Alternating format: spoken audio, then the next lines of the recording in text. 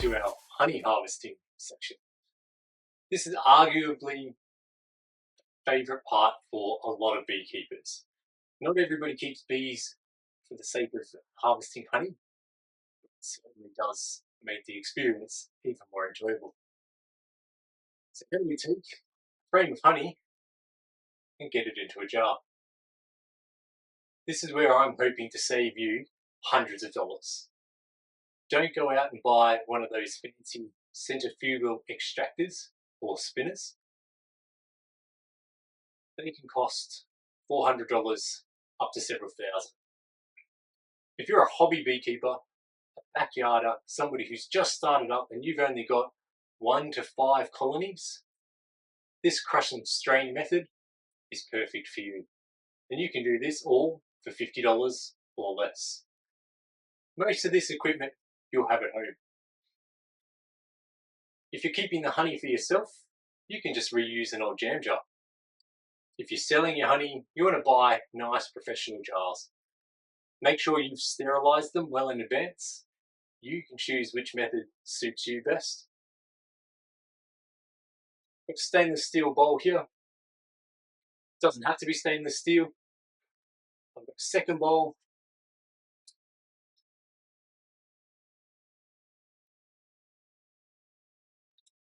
Potato masher, a spatula, and a sharp knife. Remember, earlier in the course, I said to you I've spent $200 on an electric uncapping knife, never used, still just use a sharp knife. There's $200 I've saved you straight off the bat. This piece of kit is called a honey strainer or a double sieve. The first sieve on this side here has coarser mesh. This one here that goes underneath, it's finer mesh.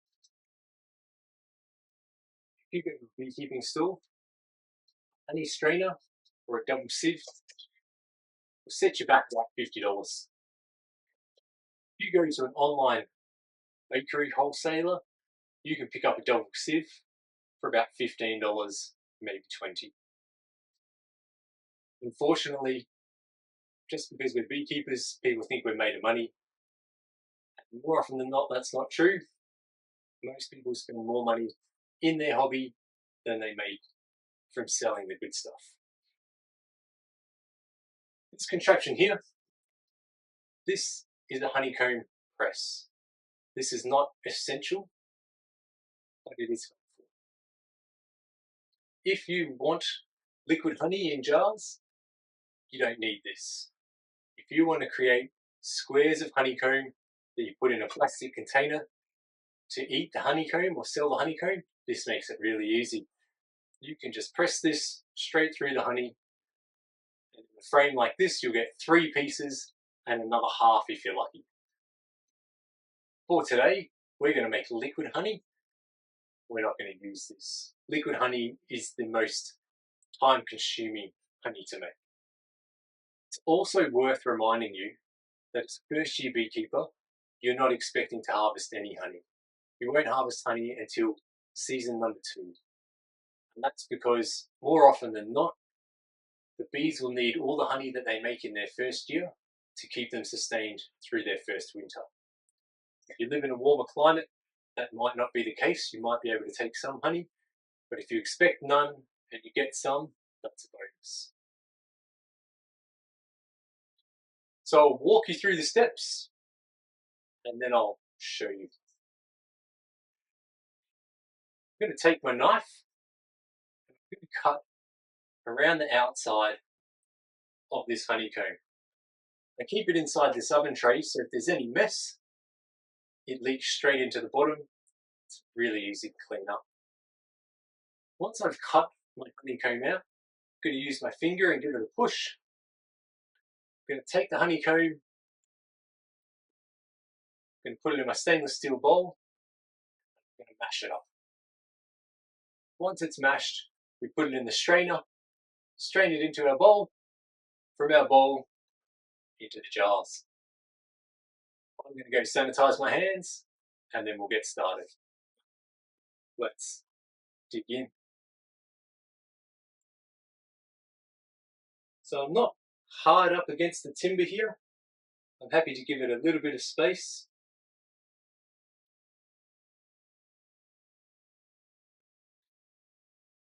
What I do like to do, I like to cut down the bottom before I cut along the top, because I can lift it up at the moment. Once I've cut the top, it'll just fall off the bottom. This way, I can leave my honeycomb in the frame, in the oven tray, and it's not going to move.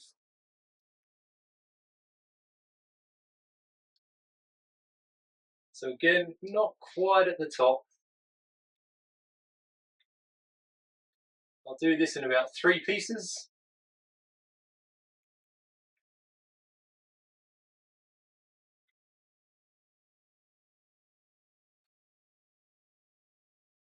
Gently pop the honeycomb out. And remember we said earlier we want the honeycomb to be 75% capped or more to meet our code. This is 100% capped. So this goes into our bowl, ready to be mashed up. You could put that in a container as is, as we talked about, but today we're going to mash it. All I've done is I've folded it up so it's in the bowl. Unfortunately, you might have to lick your hands.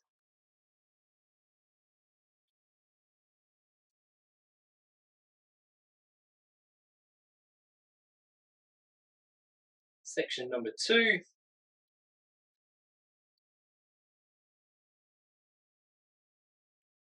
This weighs somewhere between 2 and 3 kilos.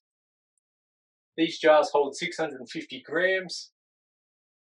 I suspect we'll fill 3 of those, and the 4th one will probably be pretty close to full.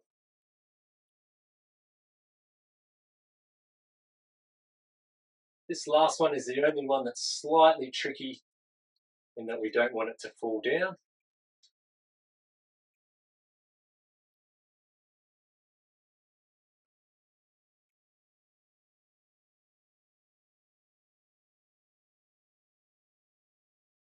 Beautiful.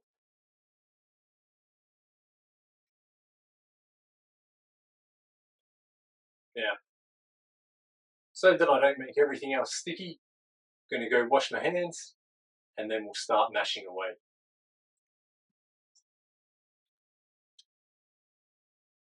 Alright, it's time to mash. What we're trying to do here is all these wax cappings here, we're trying to open them up to expose all the honey so it all runs out. Yes, you could get your knife and cut that layer off. I don't like doing that because I end up with more honey in my oven tray and less in my bowl, which ultimately means less in my jars. So I just get my potato masher and mash it through.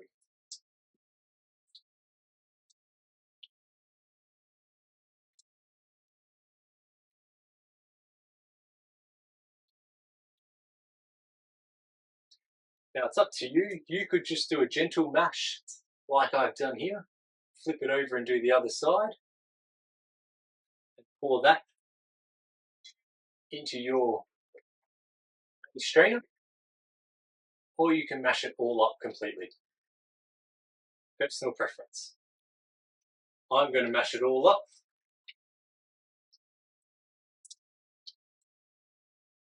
If you've got young kids, this is something that they can help out with.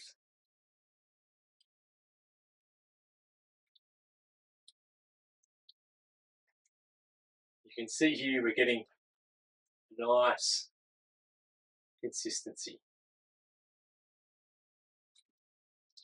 I like crushing the wax up into as small as possible. That way I'm not left with chunks sitting in my strainer.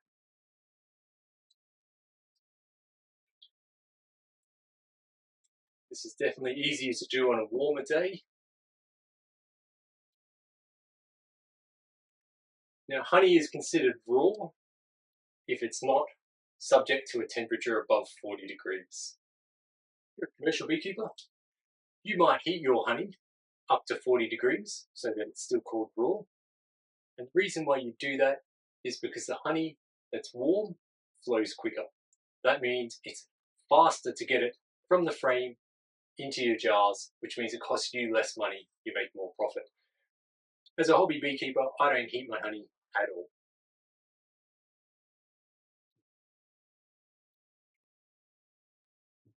This is looking pretty good.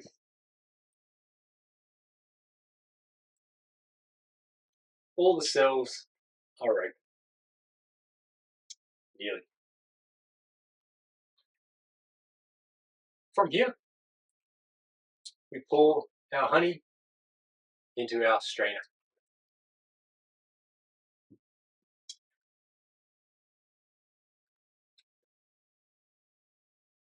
Now, it might take you a couple of attempts, depending on how much honey you've got. You might have to give it a minute.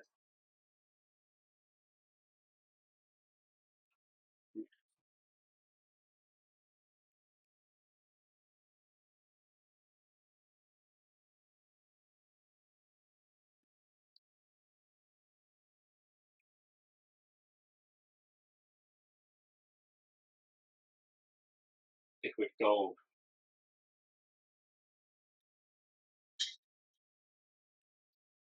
I'm just going to use my spatula to try and stop the honey from dripping too much.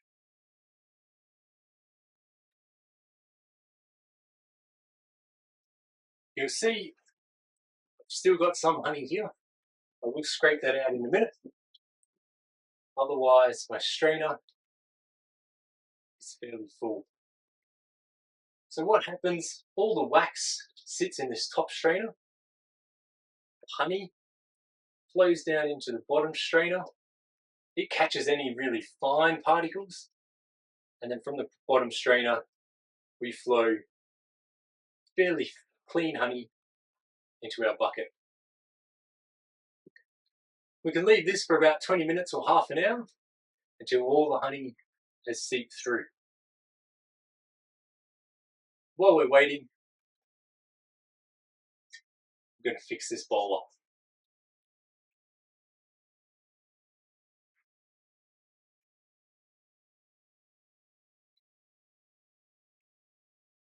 Pouring it in.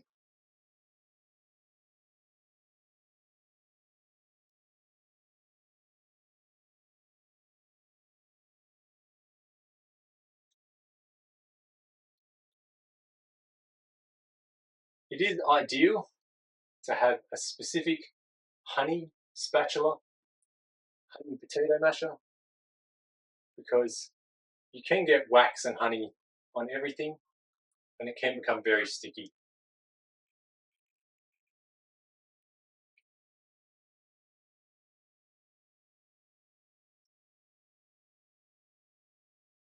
This bowl is pretty much clean.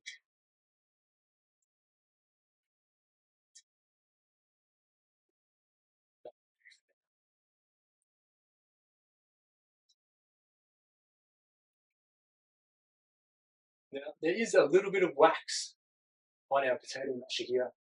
There will be a little bit of wax in this bowl as well. When it comes time for cleaning, it's important to note that beeswax melts at 60 degrees. When you want to wash your utensils, you will have some residue wax on them.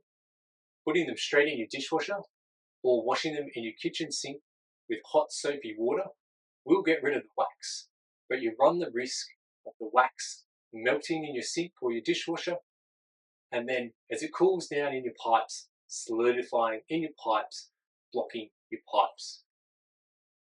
Nobody wants a blocked pipe. So save yourself some hassles. Get some cold water and rinse it out first. The cold water will wash off any of the honey. It'll make the wax quite easy to wipe off. Remember, we're not doing this outside because that's illegal. It's against our biosecurity code here in Australia. When it comes time and all your honey has passed through your strainer, it's worthwhile having a look around in this wax. Are there any chunks that aren't broken up enough? Likewise, is there any wax right on the bottom of this top strainer that's blocking honey from going through?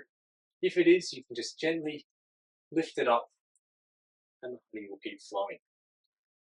For those chunks of wax that you find that still need to be crushed up just a little bit more, don't grab your potato masher and mash it on your strainer, because that's going to ruin the mesh of your strainer and you'll be up for another $50. Just take it out,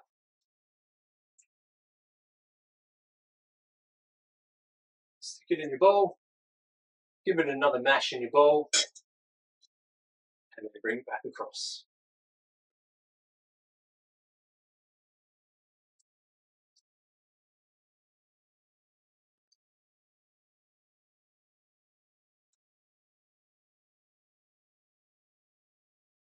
This will need another 10 minutes, and then we'll come back and see how much honey we've managed to extract. You can see it's still flowing through at the moment.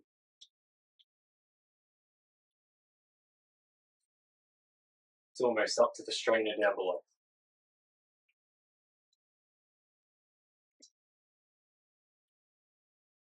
I'm going to go wash my hands again and get ready to show you the next step, getting it into the jar.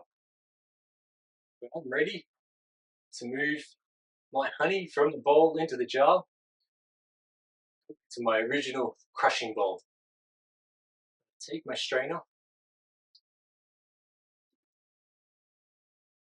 put my strainer in there. That way, any honey that's still inside here is flowing out. It's not going all over the table.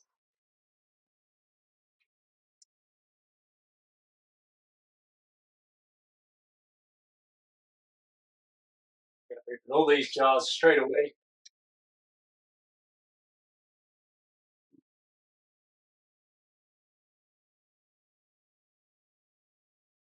Have a look in there. That's quite some amount of honey. Let's find out how much we got.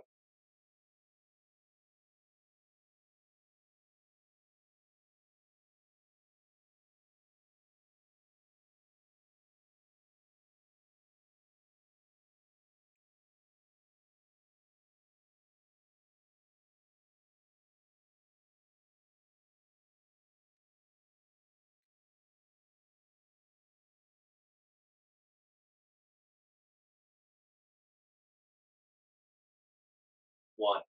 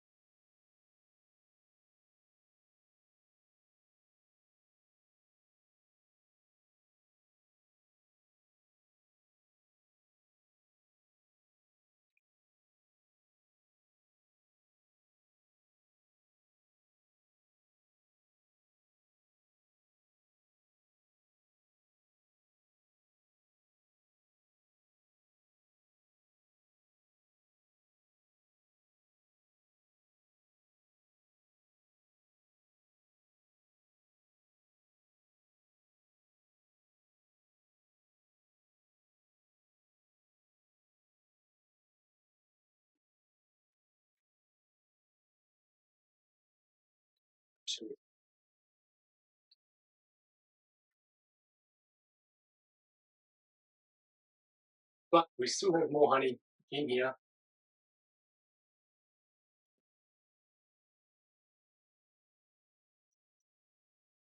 Just in that couple of minutes, we've already got a nice layer in the bottom of the bowl. So I'm going to get my spatula and put it in here. Keep it going. Wash my hands again. Yeah.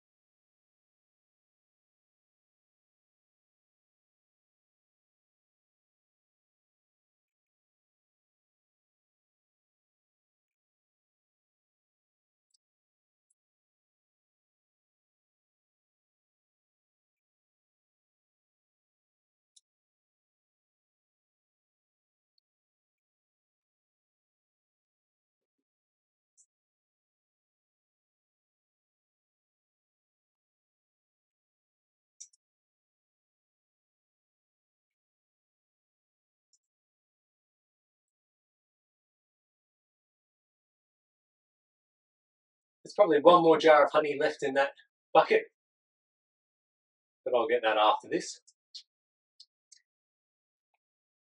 One thing people do ask me regularly is what makes yellowbox honey yellowbox or stringybark?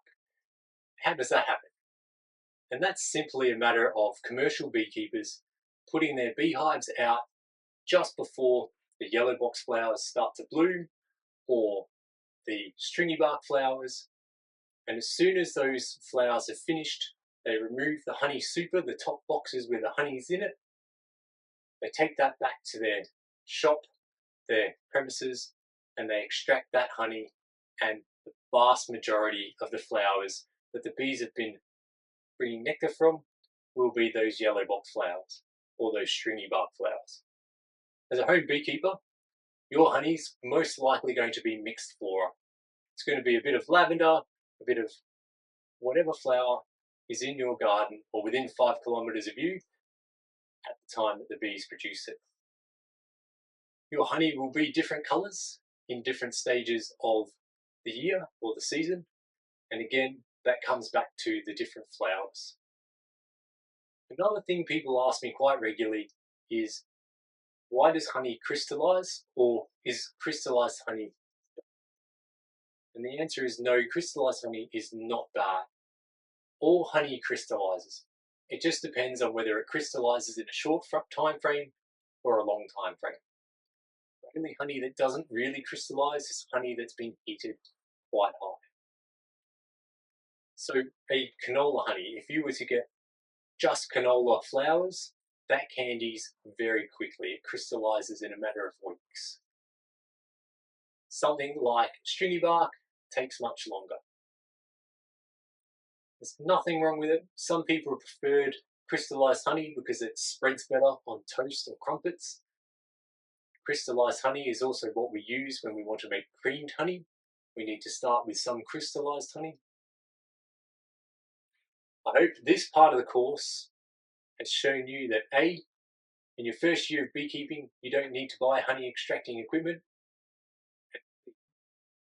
That you don't need to spend a lot of money to extract honey.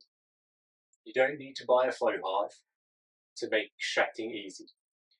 You don't need to buy a centrifugal extractor, a spinner, and have it sitting in your garage every day of the year, bar 3 or 4, when you get it out and use it. And let me tell you, they are not fun to clean.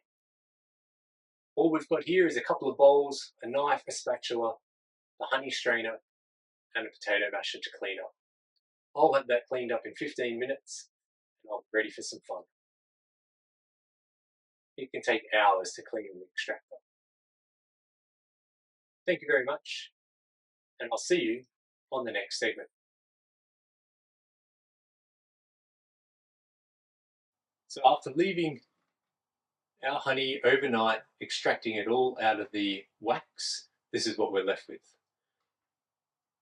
1, 2, 3 jars, all 650 grams or more, and then a little bit of leftovers for our breakfast.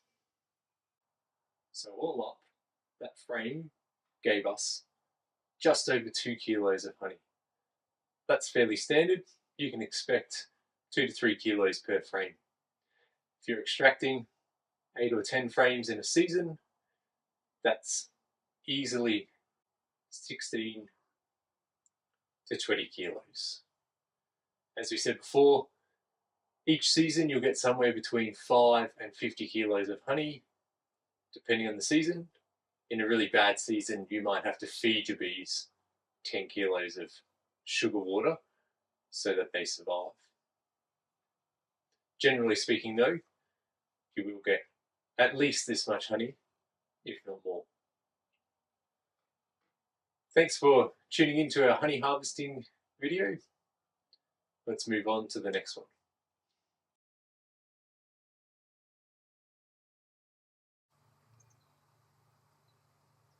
Well, that's it for the course. So thanks for joining me. I love teaching people, so I hope you got a lot out of it, because I certainly enjoyed it. Now, you might be thinking, what are your next steps?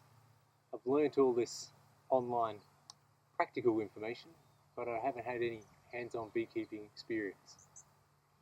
So, my suggestion is you look for your local beekeeping club. Generally the ABA, the Australian Beekeepers Association. You could search for that and you'll have some local clubs in your area. Normally you can attend the first 1 or 2 meetings for free before you have to sign up. Get an idea if it's right for you. Also, it allows you to get some hands-on beekeeping experience. Otherwise, it's time now for you to start your journey. Beyond this course, the more learning you do, the better. So, I have 2 book recommendations for you. The first one is The Thinking Beekeeper by Christy Hemingway. This book is written for people who want to go the top bar route. This is a really good and practical book that goes further in depth into explaining how to run a top bar colony. The downside though, Christy's American, so if you're Australian, that can be a bit tricky doing the conversions. When she says, in fall, in September, first you've got to think, fall, that's autumn.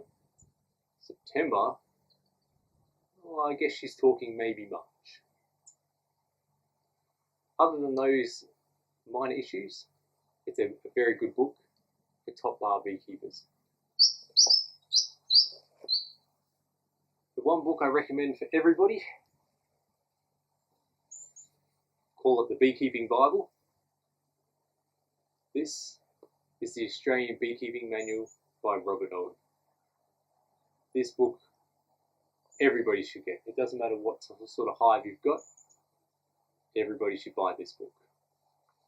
Like I said at the beginning, I don't get a commission for selling this book, but if I did, I think Robert Owen would owe me a few kilos of honey.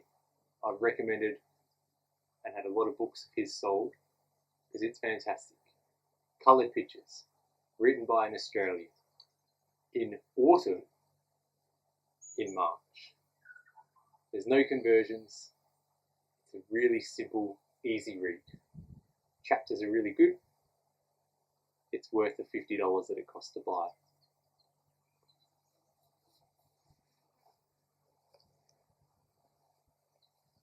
So beyond reading, you could also do a Cert 3, Certificate 3 in beekeeping, the next level up. It's a big commitment, a lot of time, resources, but it will help you become a better beekeeper. Beyond that, the one thing that is going to help you become the best beekeeper you can be is getting in there, getting your hands dirty, going through some hives, playing with some bees. So, go on, start your journey. I really appreciate any positive feedback that you might have for me. If you've loved this course, please feel free to leave me a review.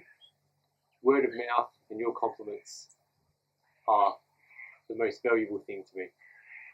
Getting this course out to as many people as possible, teaching as many people as we can about the importance of bees and just how easy it is to be a beekeeper.